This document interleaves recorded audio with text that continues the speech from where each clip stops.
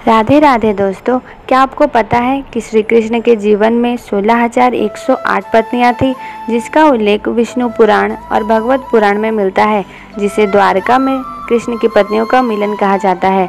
आखिर क्या हुआ होगा जब इन 16,108 रानियों को एक दिन राधा के बारे में पता चला। दोस्तों, ये बात उस समय की है जब श्री कृष्ण द्वारिका में अपने पटरानियों के साथ सो रहे थे। आधी रात को सहसा श्री कृष्ण के मुख से अजीब सी ध्वनि सुनाई देने लगी, जैसे वो किसी को पुकार रहे हो। जब सभी रानियां उनके पास गई तो उन्होंने देखा कि वह सोते हुए किसी राधा राधा का नाम पुकार रहे हैं और नींद में मुस्कुरा भी रहे हैं।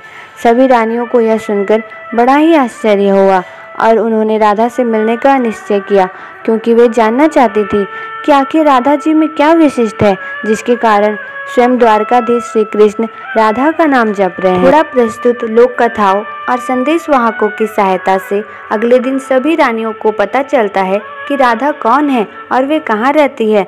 उन्हें पता चलता है कि राधा रानी गोलोक वृंदावन में रहती है और इस प्रकार सभी पत्नियां राधा रानी के धाम पहुंच जाती है, जहां उन्हें राधा के धाम के सामने एक बेहद सुंदर कन्या मिलती है।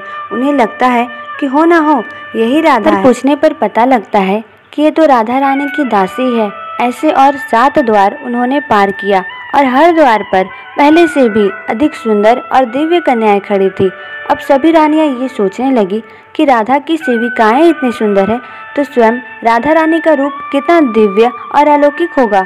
जब सभी रानियां आखिरी द्वार को खोलकर राधा रानी तक पहुंचते हैं, एक दिव्य चमक आती है, जैसे उनकी आंखों को बंद कर रही हो।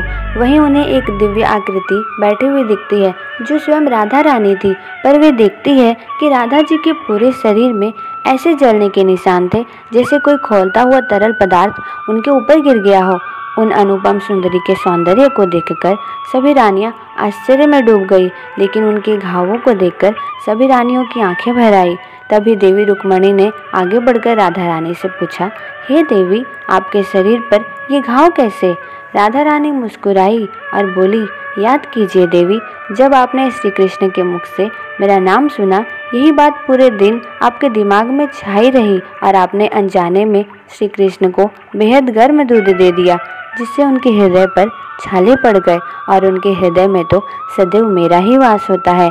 ये सब लीलाएं श्री कृष्ण ने इसलिए की ताकि सभी पत्नियों को वे समझा सके कि राधा रानी श्री कृष्ण का हृदय है। और उन सभी 16,108 पत्नियों के आग्रह से राधा जी ने अपना वास्तविक अलौकिक सौंदर्य उन्हें दिखाया।